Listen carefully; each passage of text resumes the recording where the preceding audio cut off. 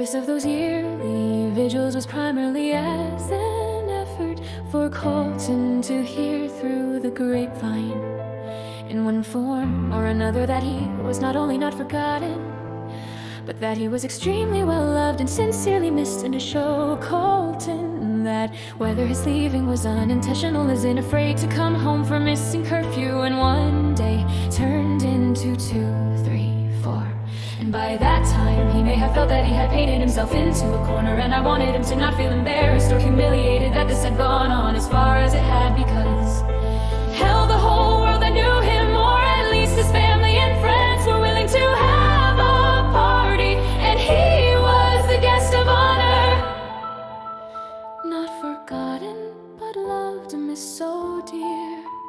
I wanted you to hear through the grapevine that I'm always here.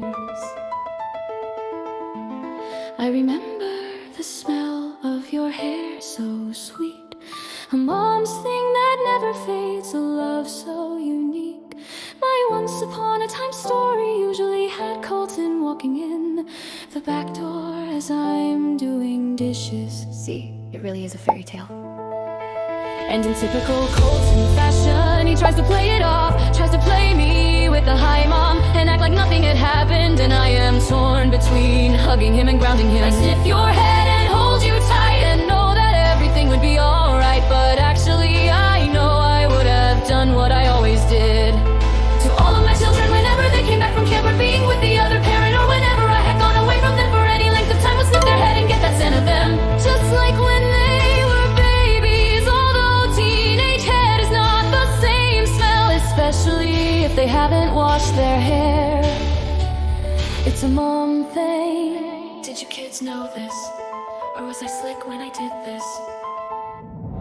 Now I know you didn't leave, your life was taken, and my heart does grieve. I had once been deceived and led to believe that Colton had purposely planned his getaway in an effort to start a new identity, knowing in hindsight just how horribly stressed he had been, with events occurring to him at such a young age of 17. And it was bittersweet to hear the new Shinedown tune playing at that time, playing all the time. Second Chance, where the singer tells his parents goodbye. And I wanted him to find out that the Colton Ross Pereira that he had tried to leave behind was still very much needed to come home. And at one time it used to scare me that my son ran away because he hated me. Now I am sad that my son hadn't ran away.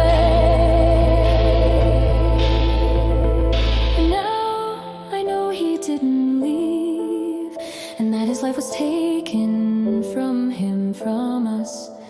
In yearly candlelight vigils, I didn't even know for sure how to pronounce that word until 5 years ago.